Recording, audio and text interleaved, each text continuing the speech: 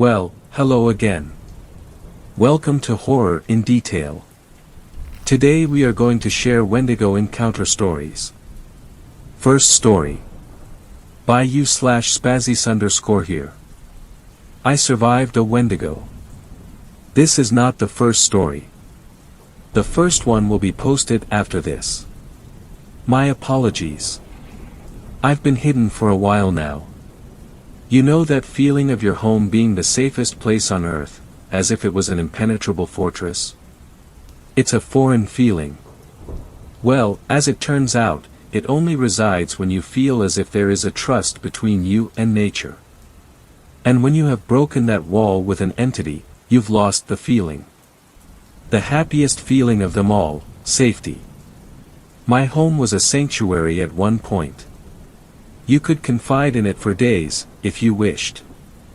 The feeling of comfort would draw people in like a compass towards the north. But it's gone now. It's foreign, as I said. You take it for granted, and when it's gone it's utterly crippling.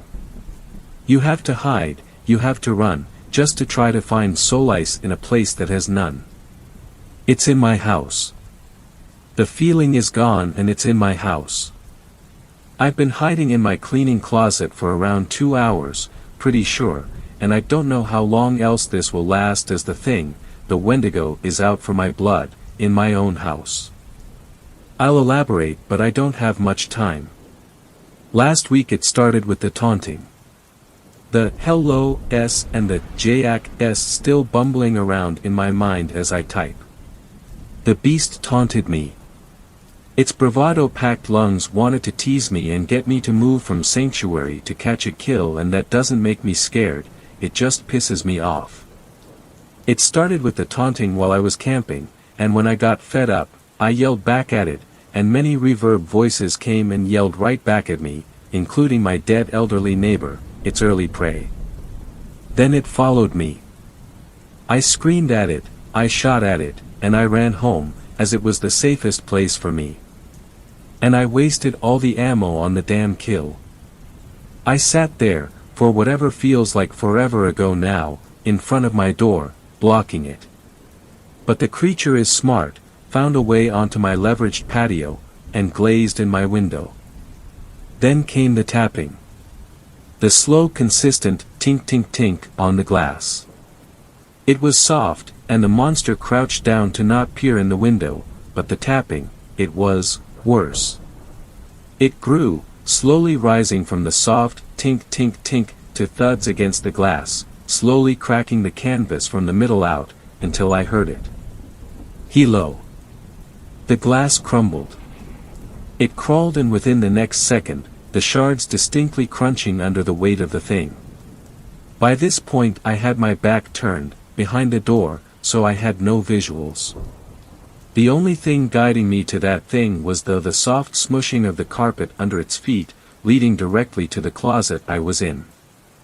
I leaned against the thin door as if it were a shield against a cascade of arrows, clinging my last hope tightly. It made it to the door. I heard it take a deep long breath in. Then out. It leaned in close, and sniffed. Repeat a couple more times, and he was on his way. He went over to my room door, which was across the hall. I heard the inhale, a stuttering one this time, since he was sniffing. He took a pause. It felt like he debated for a moment. I opened the closet door a tiny crack to instigate what he had stopped for. He had his head tilted. Then took a step back, and rammed the door with his antlers. I jumped at the noise alone, as he hit the door fairly hard. I looked back to see him rearing himself up to go at it again, and I focused on his antlers. They still looked splintered, as if he took on a tornado and landed headfirst onto his antlers from 100 feet up in the air. It looked as if when he took another ramming to the door, the antlers would crumble on impact, and so when he bowed his head, and took a lunge forward, and broke through the door, I was surprised. The door had a hole in it now, he had wriggled out of it a second earlier. The door had a hole, and to accompany it, the door bent inwards towards the hall, near the left upper corner, so much that the pole bit holding the hinge parts together, and broke it to the extent that there was an inch of room between the two halves. He wrung 3 of his fingers into the gap of the door hinge, and another 4 into the hole. He bent forward, and pulled swift and fast, tearing the door from its hinges and breaking the overlapping frame with it. Preceding this, the beast stuck his head in, towards an angle so his antlers didn't get caught in the hole where the door used to be. I was scared he found a scent trail of my stuff, since he could then find me based off my scent. He went inside the room, and around 30 seconds of him sniffing around, he started rummaging. I thought I heard a low, raspy, "See-you here? Yo, you are here." As if he was talking to himself, muttering. I slowly shut the crack of the door I was behind, and as soon as I had fully done so, I heard it. There were 2 thuds, then a smash and crumble of the glass. I looked out of the reimbursed crack I made. He escaped. He smashed my window and escaped. Not only was I scared, now I was scared and pissed off, because now I have this damn thing taunting me like I'm its prey. In which I will not be. I'm going to leave this segment off here. I need to pack. I need to prepare for the inevitable, and I'm going to kill that damned beast. Second story. This story was shared by you/Chad457. Possession. Things have been happening recently and I can't explain them. I have become scared for my life because of these events. I didn't know where else to turn, so I thought I'd share my story before it's too late. Everything started back when I was younger. It was a normal Saturday for 8-year-old me, early morning cartoons with cereal and the like. This was my first experience with the demonic presence that now haunts my everyday life. I had just come in from playing outside with the other neighborhood kids when the window next to me shattered. It startled me, so I jumped and turned to see if it was one of the other kids who threw a rock or a ball too hard, but there was nothing, just broken glass on the ground. I ran upstairs to tell my mom that the window broke and I had no idea how it happened. She went down to check and I went to my room to play with my toys, but before I could start I heard her yell for me to come downstairs. Trying to figure out how to explain how the broken window, I went down the stairs and saw that the window was perfectly okay and looked untouched. "What do you mean the window shattered?" "All the windows are fine and I didn't hear anything," she asked me while looking confused.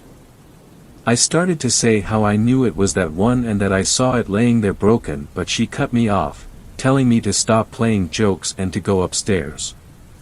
Upset that I was brushed off like that, I went upstairs and thought on the idea. I guess I had convinced myself that it didn't really break and I was just seeing things because of how hot it was. From that point on, a few years I didn't notice anything strange, but it may have happened and I missed it. I was 15 years old and I finally had a room to myself because my older brother moved out and bought his own place. We had shared a room my whole life, so the room felt different with him gone. I had just assumed it was because my brother was gone and the room was now a little bigger. I was horribly mistaken. My first few weeks in the room seemed pretty normal other than the occasional sound of a whisper I passed off as wind, and I never slept well. I would wake up with terrible nightmares of a tall shadowy figure becoming more and more aggressive with every passing night. The first night, if I remember right, happened in my parents' room. I walked in and saw the man sitting on the bed. I asked him what he was doing, but he just stared at me. I tried to get his attention and finally he grabbed my wrist. It burned, so I woke up. I looked at my wrist and I saw faint bruising and my wrists felt hot, like they were burned. The last dream I had of him was in my own room. They always started with him staring at me and nothing I could do would get me away from him. He stood up and tackled me to the ground and he got very close to me and said, "I'm always watching you." And then he scratched me across my chest, waking me up in a cold sweat and blood coming from my new wounds. I was scared to tell my mom about this because of what he said to me. I didn't know what he would do. The next night I tried to stay awake to avoid him as long as possible. As I lay there in my bed fighting off the sleep, my closet door opened. My heart started to beat faster because I did not know what was going to happen. As the door opened, it was him just standing there. I panicked. I tried to get out of my bed, but I couldn't move. No matter how hard I struggled, I couldn't move. I thought he was going to kill me right there, but he didn't. He just stood there, looming over me with his empty figure. There was nothing I could do but stare at him in total fear. From the darkness of my closet he stood as a darker figure just watching me. I couldn't move, I couldn't talk, and I couldn't sleep if I had tried. Although there was no way I would try and sleep with him standing there. After that night of pure terror and dread, it finally became morning and he left. I jumped up as fast as I could and went to tell my mother about what had happened. Again I was completely blown off with her saying, "Oh, come on, you are 15, you shouldn't be scared of your closet. And it was probably just a bad dream, you were safe all night, no one entered the house and we would have heard them leave." I was so tired from my night of no sleep I slept through school. When I told my friends, they all told me it was bullshit and that I was making stuff up. Sadly, I wish I was. This happened every day for about 2 months or so. No matter where I tried to sleep in my house, he came for me. He always found a way to me. My only time to sleep was in school, and that led to my grades dropping drastically. My only freedom from him other than school was when I went to a friend's house. He stopped after about 2 months of the torment and I didn't see him again. Fast forward this to 6 days ago. Things have started happening again. This was just as I started to convince myself it never happened, and I was just having terrible nightmares where I would end up hurting myself, because people do that, right? It was Sunday night when my dad told me that he and my mom were going out and I would be home alone for a while. I was fine with this because I always had Reddit to look at. I got hungry after they left, so I walked down the stairs, and in the hall I thought I saw a shadow move down the hall and turn the corner. I slowly followed, fearing that he has returned. As I entered the kitchen I saw him. He was standing in the middle of my kitchen and I could feel my heart pound, my face flush, and the terrible feel of terror coming over me. I stared at him and he lunged at me. I blacked out. I woke up in my bed and I felt sick, so I couldn't help but throw up. I noticed I wasn't wearing the same shirt as I had last night.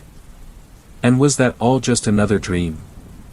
I looked around for my phone and after a lot of searching I found it.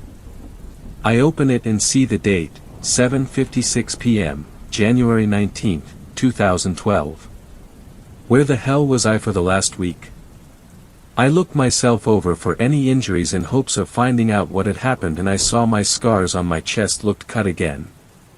I continued to look around my room and eventually opened the closet and find everything is ripped down and the walls have blood on them. Written on the wall it says, "Boss, may sunt." I had no idea what it meant, but now I could guess where that cut came from. I searched online for a translator to try to find it. It appeared to have been Latin and it said, "You are mine." I panicked. I grabbed my phone and went out the door to my car. I called my girlfriend in hopes she knew what had happened to me over the week. She answered and told me that I had not been in school all week and no one knew where I was. Apparently my parents reported me missing Monday morning when I didn't come back the night before and no one knew where I was. She asked if everything was okay and I hung up. I don't know why I did it, because I wanted to talk to her, but I felt like I was forced to move.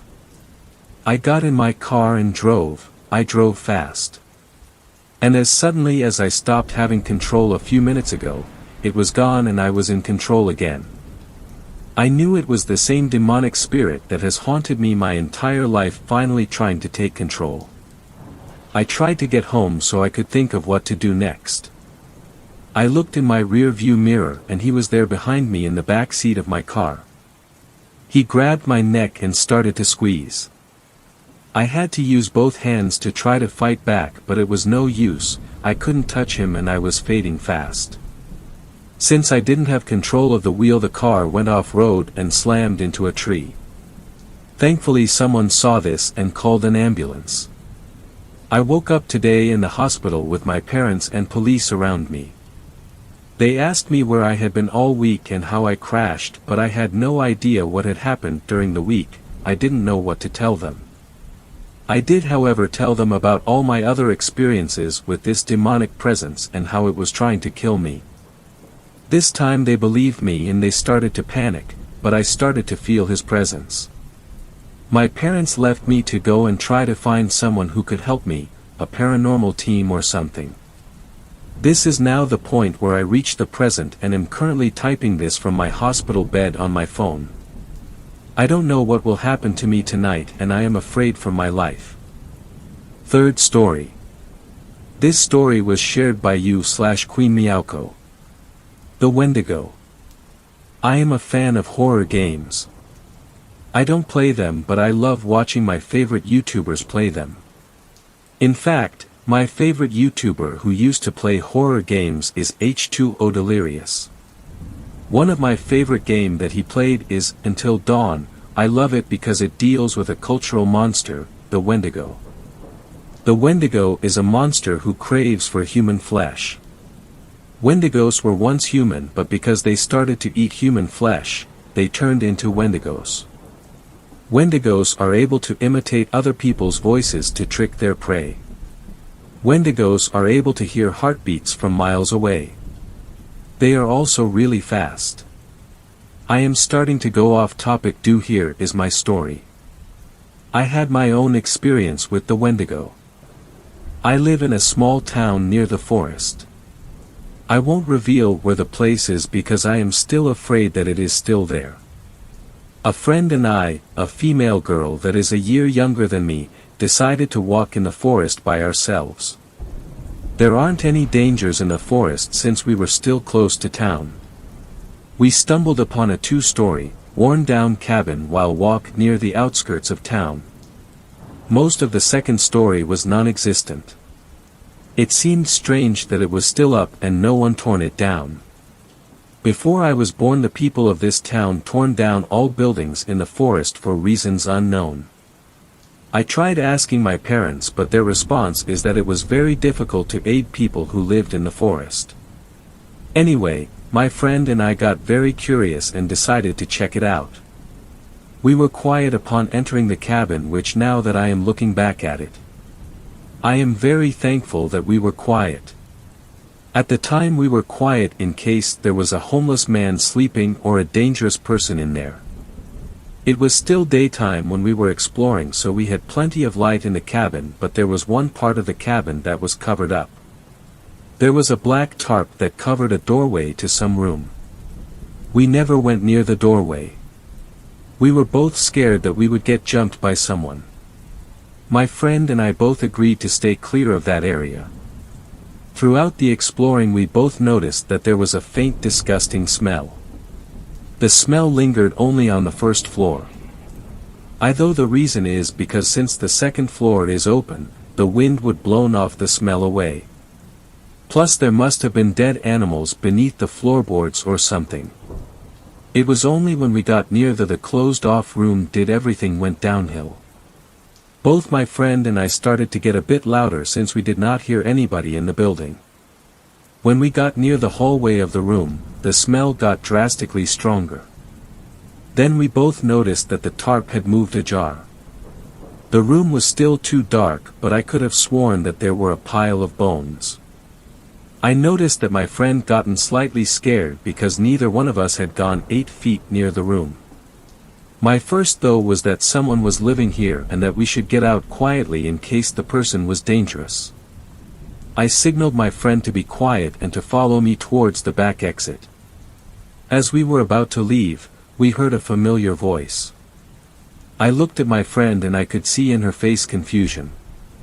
Then it spoke again. It was calling for help.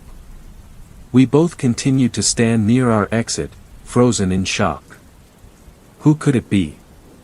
Why would anybody need help in this place? We explored this cabin and we know the area. You could hardly get hurt around here. I got rid of my shock and slowly I went near the shouts. My friend, upon realizing that I was making my way towards the shouts, pulled me back. She told me that it might be a trap and that I should not go any nearer to the person. She also said that the voice seems off. She does not understand why, but she knows that there is something off about the screams.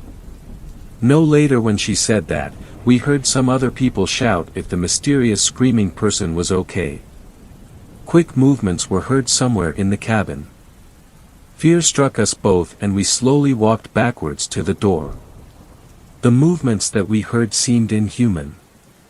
The sound we heard is like the sound of the wind of a jump rope makes when going really fast. Not only that, but after the event, when my friend got the courage to speak about this event, she said that she saw a blur move across the room near where, maybe, the other people were at. By the time we were at the door, the other people came. They were two unfortunate men. They both looked around before seeing us. "Are you two okay?" one of them asked. We gave no response. We were still afraid what was in the house. One step forward towards us was enough. "Are you dash?" He got cut off. The thing that was lurking in the shadows came out. It attacked the man. The thing was bony and the skin was pale and rotten. It looked human, but it clearly wasn't. The thing ripped the head of the poor man. We did not see the rest of it, for we booked out of the cabin and ran as fast as we could. All we heard a scream, but as soon as we heard it, it was cut off. Then there was another one. But this one was inhuman. We both did not stop until we reached the town. We never spoke to this event to anybody. Not even when people have asked us if we were okay, since we both looked pale and out of breath. Be careful out there in the woods. You never know what might happen. May the Lord save you if you come across one of them. Fourth story. This story was shared by you/Native River Bear. Symptoms of demonic possessions. Warning signs of demonic possession. Before we get into the warning signs, I want to make an important point. What follows is a guide. It can help you to make a determination whether there is a psychiatric problem or a demonic one. However, it is not the end-all. One should not read an article on brain tumors and diagnose themselves as having one. Neither should they look at this article and decide they are possessed by an evil entity. If you are the type of person who is very suggestible, I suggest you do not read any further. The purpose of this article is to inform people regarding what is out there. It is not meant to scare the hell out of anyone. If you feel that you are or may be possessed, please contact a professional. You can contact this website or any other site that deals with the subject of demonic possession.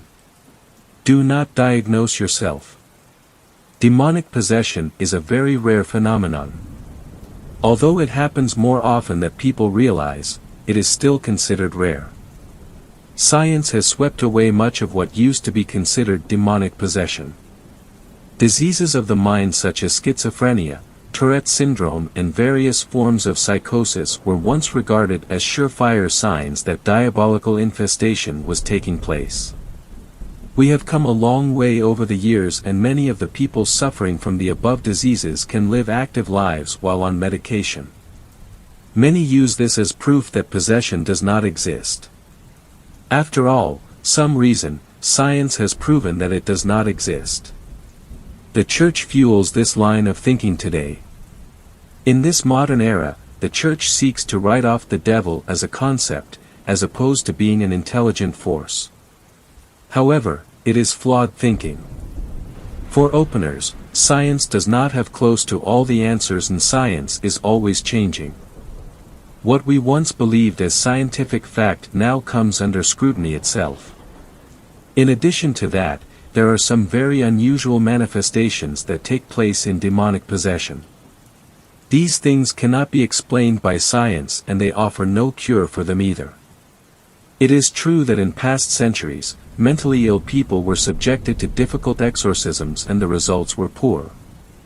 It can be rightly argued that those people were done a great disservice and their mental diseases became much worse as a result.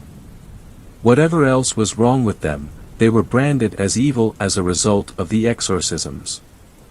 As often happens when science and religion get together, the pendulum swings the other way. Unfortunately, it has swung way too far, to the point where people who are being demonized are given antipsychotic medication and turned into walking zombies. As the old exorcisms failed to help those with mental illnesses and even made them worse, we now have the reverse. People who are demonized are being made worse because they are being treated for a condition that does not exist. You would believe that somewhere there is a happy medium, but to date, it has not happened. What we will do here is produce a list of conditions that must be met to properly diagnose the problem. Where there are emotional symptoms or symptoms that are likely to be a result of mental illness, I will say so. However, it must be pointed out that many who are possessed are also mentally ill. It may be a direct result of the possession, it may be why the possession took place. The line between the two is not so vague. There is some gray area, but there are so many things that occur with possession, things that are taking place around the person, that it is hard to classify what is taking place as strictly psychiatric. Those things are called outward manifestations. These are things like moving objects in the house, voices that are not coming from the person. There may even be physical assaults by unseen entities. What I will do is break this down into 3 categories. The first has to do with mental changes in the victim, the second have to do with physical changes by the person, and the third has to do with preternatural changes in the environment. Mental changes affecting the person. 1. Look for changes in personality. This is usually seen when the person is affable and suddenly becomes extremely quiet. 2. Someone who is normally very active suddenly becomes isolative. 3. Look for changes in sleep patterns. 4. Look for sudden weight loss or gain. 5. Look for changes in attitude and behavior, usually becoming hostile. 6. Someone who begins cursing a lot when that is out of character for them. 7. Notice if they suddenly have an aversion to religious objects. They may be a person who normally goes to church but suddenly despises the thought. 8. Look for evidence of self-mutilation. 9. Look for changes in the way the person dresses. 10. Observe their personal hygiene and look for changes. 11. Look for evidence of occult materials in the room. 12. Look for destructiveness on the part of a person, especially if that destruction is of religious objects. 13. They may become abusive and threatening for no reason. 14. They may become violent. They often attempt to hurt animals. 15. The person may experience severe nightmares or night terrors. 16. They may perform acts of humiliation, such as urinating on themselves, etc. 17. They may be sexually preoccupied. Excessive masturbation or doing it in front of others. 18. Take note of what appears to be a different personality or multiple personalities. 19. Look for unusual changes in diet. Foods that were once favorites may now be repulsive to the person. They may eat foods that they once detested. 20. Take note if they seem to have blackouts in their memory. The above items can well be psychiatric or psychological changes, therefore, you must be wary when you look at these as signs of possession. All of the above can be cries for help or signal the beginning of drug use or mental illness. When these are the only things present, seek psychological counseling first, before even giving thought to the possibility of demonic possession. Many of these changes are normal, especially when dealing with teenagers. Do not automatically think of possession unless you have some reason to believe they are vulnerable to possession. For example, if they have been performing rituals or dabbling in the occult and then you start noticing personality changes. However, the likelihood is that it is a natural problem, natural being psychiatric or psychological. As you will see, there are many other indications of possession. Look for some of those before you give credence to the idea of possession. In addition, never mention to someone undergoing personality changes that they might be possessed. You can plant a dangerous seed by doing that. Physical changes affecting the person. 1. The person involved may go for long periods of time without blinking their eyes. Can indicate a neurological condition. 2. The person may appear catatonic. Can also be a sign of mental illness. 3. The person speaks a language they could not possibly know. Or speak English with unusual accents. 4. The person speaks in tongues. 5. The person will become completely rigid where they cannot be moved at all, even by multiple people. 6. Look for changes in the eyes. They may turn almost black like shark eyes. 7. Look for obvious changes in their features. 8. The person may possess inhuman strength. 9. The person may exhibit precognition, the ability to predict the future. 10. The person displays retrocognition, the ability to know about past events they should not know about. 11. The person may be able to know something about a person they have not met. 12. Their voice may change. It may go from high to low to guttural. 13. They may be able to tell what you are thinking. 14. They may move in some unusual way. For example, they may seem to glide instead of walk. 15. Writing or symbols may appear on the body in the form of welts and scratches. Look especially in areas they could not reach. 16. They may levitate. 17. Hair or eye color may change. 18. There may be multiple voices coming from the person at the same time. 19. Take note if animals appear to be frightened of the person, especially if they begin acting fearful when there are personality changes in the person. A couple of these symptoms can be related to medical or psychological conditions, but most of them fall outside the realm of science. If you start to see a few items in this category, there is serious cause for concern. At this point, you start to take items from the first category and see if they are consistent with items from things in this second category, or the third one I am about to detail. Obviously, some are more telling than others.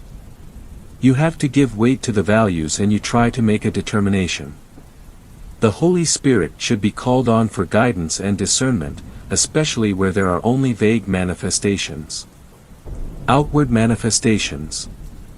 1. Objects move around seemingly by themselves. 2. Objects may disappear and not be found again. Asporting. 3. Objects may disappear and be found in another location. Teleporting. 4. Objects may disappear and later be found where they originally were. 5. Objects may come from nowhere. Apports. 6. Knocking, banging or pounding may be heard throughout the house or in just one room. 7. Objects fly around as if they were thrown from unseen hands. 8. There may be knocks at the door but no one is ever there. These are often heard in threes, as this is a way of mocking the Holy Trinity. Ditto for doorbells. 9. Religious articles disappear or are destroyed. They may also be desecrated. 10. Growling may be heard but the source cannot be located. 11. There may be scratching sounds heard without an obvious source. 12. There may be foul odors that have no verifiable source. They may come and go. 13. Odd lights may be seen. They may shoot around a room. 14. Heavy furniture may move on its own. 15. There may be sightings of people or dark shadows that may or may not have form. 16. Odd-looking creatures may be seen. 17 doors and drawers may open and close on their own. 18 electrical appliances may turn on or off. 19 spontaneous fires may start up. 20 animals may become spooked and stay away from the targeted person altogether. 21 animals may growl at something they see but you do not. 22 Any talk of God or religion may cause an outbreak of activity. 23 Glass may break for no reason. 24 Sounds of glass breaking may be heard but there is no evidence of it happening. 25 There may be sudden temperature changes, up and down although it is usually down. These can be recorded on a thermometer. 25 A person may suddenly become cold while the temperature remains constant. A thermometer may record a 1 to 2 degree drop in that person. 26 People may have a feeling of being watched or that they are not alone. 27 People may hear voices when no one is present. 28 People will often hear their name called only to find that no one is around. Sometimes, a couple will each think they heard the other call to them. 29 There may be a sensation of wind blowing even with the windows closed. 30 Lights will go off or not come on when turned on.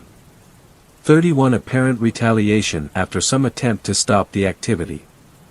32 Activity starts up when you attempt to say prayers.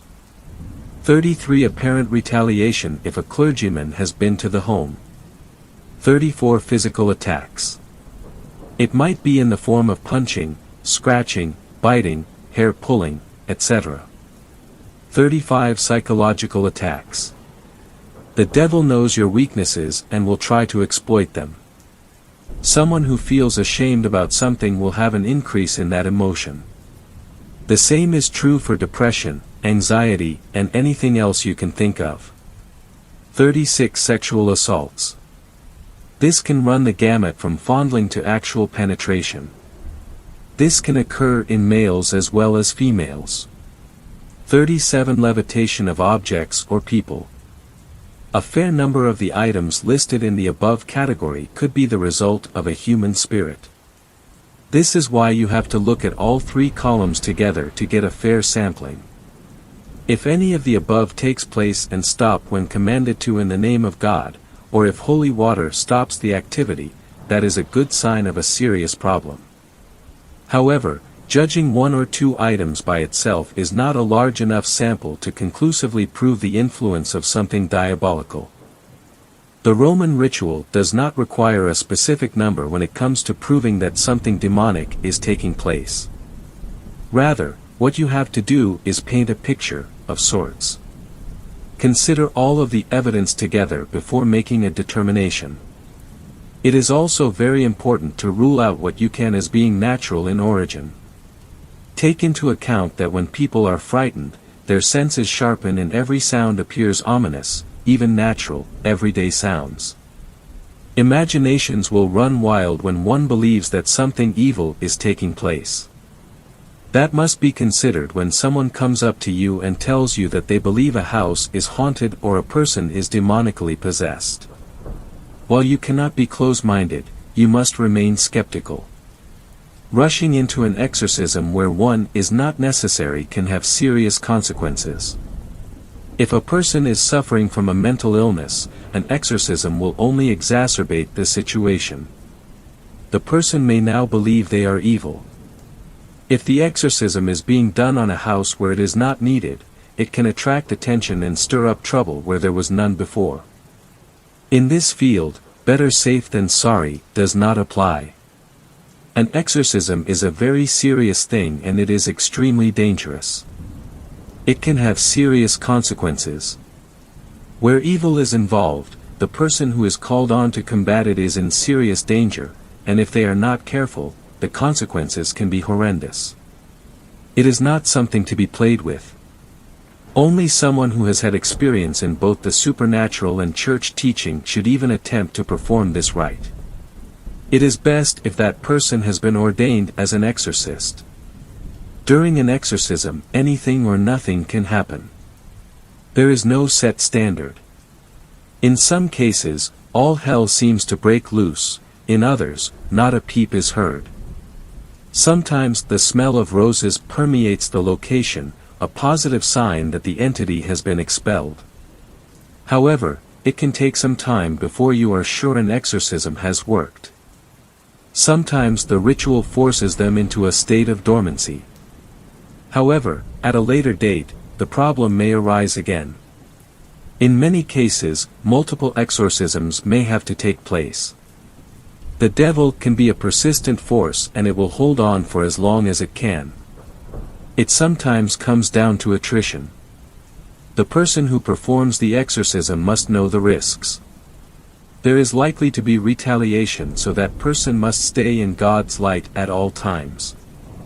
There is no sense of time on the other side, so even though an exorcism was performed 10 years ago, there is still the risk of retaliation. There is always the risk of retaliation. Fifth story. This story was shared. The howls of a blind Wendigo. Imagery for the story: truck driver with a mid-sized company, my assigned truck being a long-nosed Peterbilt with one of those driver-controlled searchlights mounted just above the mirror. I've been driving for 5 years, have gone 650,000 miles and somehow managed not to lose my mind in the process. Come one autumn day about a year back and I was given the delivery that would bring me an experience I hadn't thought would exist except in my worst nightmares. I had received a message on my truck's computer to make a multi-stop run from Indianapolis to Duluth, then from Duluth to a town called Ely. The run to Duluth had been no problem with a 2-day trip.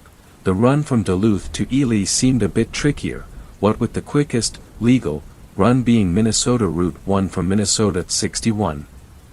It was that certain kind of night where everything was shrouded in darkness, the moon was covered by the clouds and a winter storm was on the horizon, making the air even colder than it already was.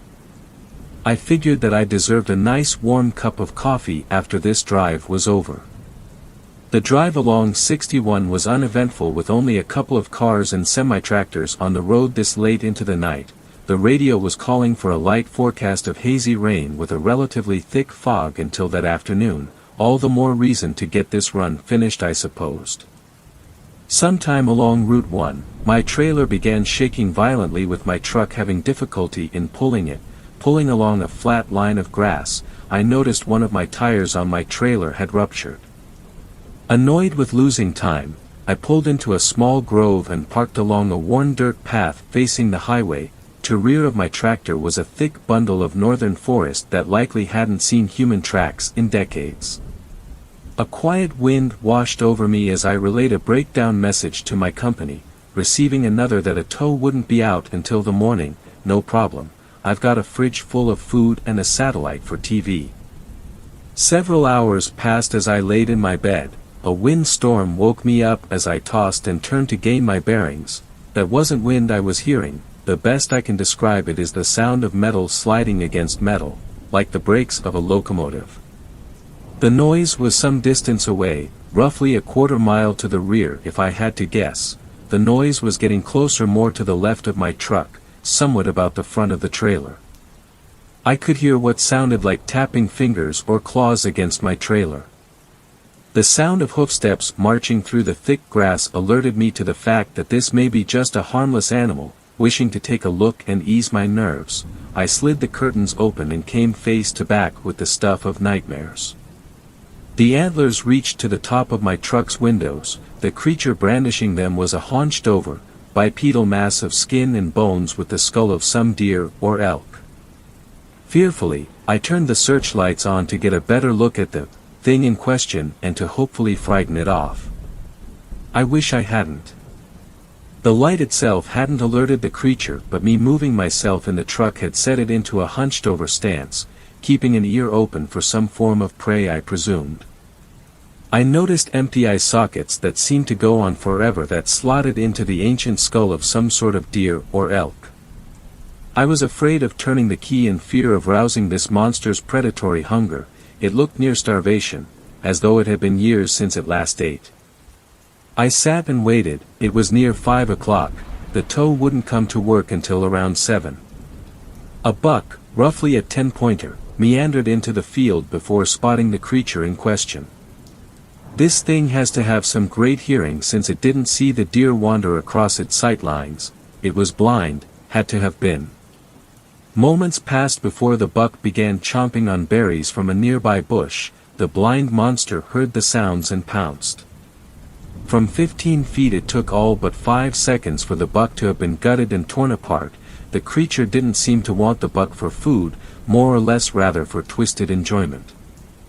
I had seen enough. Turning the engine over, the monster looked in my general direction and roared threateningly as it rushed to make contact with my truck. I managed to pull forward just enough that it made contact with the trailer instead. The trailer lifted up a few inches as the sound of bending metal embedded itself into my ears. Shifting from third to fifth and continuing to 10, the creature was still in chase until I crossed over a hill. Looking back through my mirrors, the monster was gone. I pulled off and got out. The sounds of scraping metal were far and away, replaced by the quiet rustling of trees. I continued driving again until I came upon an area that trucks could park in, well lit and asphalt, much better and safer than the grove from earlier. Afternoon came and I went to inspect the damage from last night's incident done to my trailer. Claw marks etched into the driver's side of the trailer went on for the whole length of 53 feet.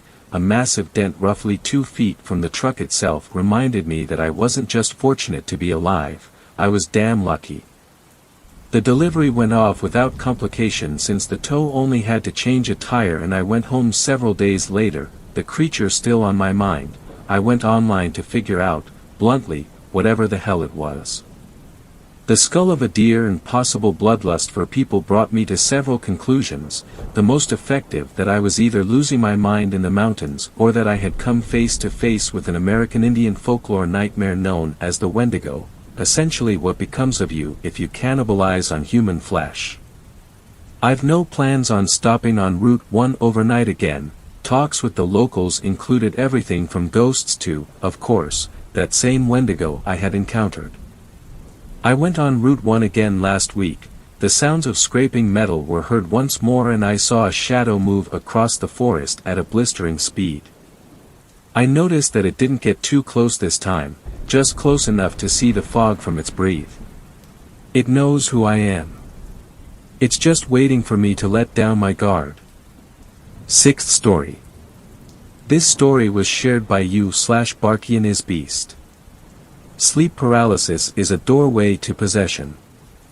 I have had sleep paralysis from the age of 12, and from as long as I could remember it wasn't as bad as it is now. I only used to get it once every 2 or 3 months as a child. Sometimes it would go away, sometimes it would come back. But now as I grow older and accept that I have this problem and try to deal with it, it gets worse, the affects get worse. It gets way too realistic and I have a problem realizing what is and what's not reality. Just now at 2 in the morning I awoke to my most scary one yet. It's as if I know what's going on now and I know how it happens. I awoke from a dream not remembering anything, looking up at the ceiling and breathing heavily. Then I decided to go back to sleep. About 5 minutes after doing that I straight away have a dream. I am dreaming about graduating from a Japanese high school. I know it's random but it's a dream. As I am talking to these Japanese girls, I see a figure behind the girl in the corner of the room. It looked like the girl from The Ring. I straight away know it's evil and my body begins to wake me up from the dream, but just as I was about to awake, I fall into sleep paralysis, and this one was different. I didn't see or feel any shadow man or old hag near me. I didn't feel a tightening on my chest, but I did feel a massive choke. And I couldn't breathe this time. I also tried closing my eyes, but all I saw was 2 yellow eyes staring at me in my mind. My bed started to shake, and I kept hearing screaming coming from around the bedroom. This lasted 3 minutes. I tried to move but nothing was working. This was the longest one I had. Then I started to realize my body was moving, but I wasn't in control. At this point, I know it sounds corny, but I had to do it. I called for God to help me, and as soon as I did, it left and I awoke. But I could still see her yellow eyes in my mind, and as I was about to get up, I felt a hand scrape the bottom of my ankle. I shot up in terror screaming. After this I realized something, that sleep paralysis might not be from fucked up sleeping patterns, it just could be from ghosts and demons. I know this might sound weird and crazy, I try to always tell myself that this is only if you have a terrible sleeping pattern, but this time it was different. This time the old hag and shadow man didn't come, it was as if something tried to get into my mind. That explains why I was moving and I didn't have any control. I believe I was being possessed. I have never been more scared in my life, and I know it's not over and it will be back. I feel as if sleep paralysis victims are more vulnerable than other humans are, and it's somewhat easier to being possessed by ghosts or demons. 7th story. This story was shared by you/sincerely the suicidal. I think there is a Wendigo in the Minnesota woods. First things first, I wasn't there, but I was the first person he told. This happened in southeast Minnesota. I am not going to be telling the exact location, but it was in a smallish forest on a long bike trail. One more quick thing. It was really windy this day. My friend, who we will call S, and his father were on a bike ride. It was about a 12-mile bike ride. So they are doing their thing when about 5 miles in S sees what he thinks is a deer.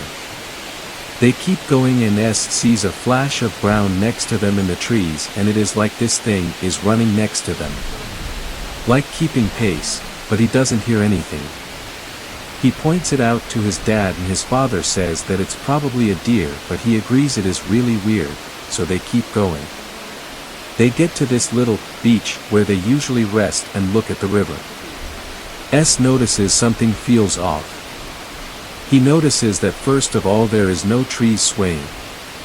Secondly, there is no animal noises. Then he realizes he didn't see any animals the whole time they were there. Except the deer. The silence was heavy. It was like every animal left. The woods were silent. S tells his dad that he isn't feeling very well and that he wants to go home.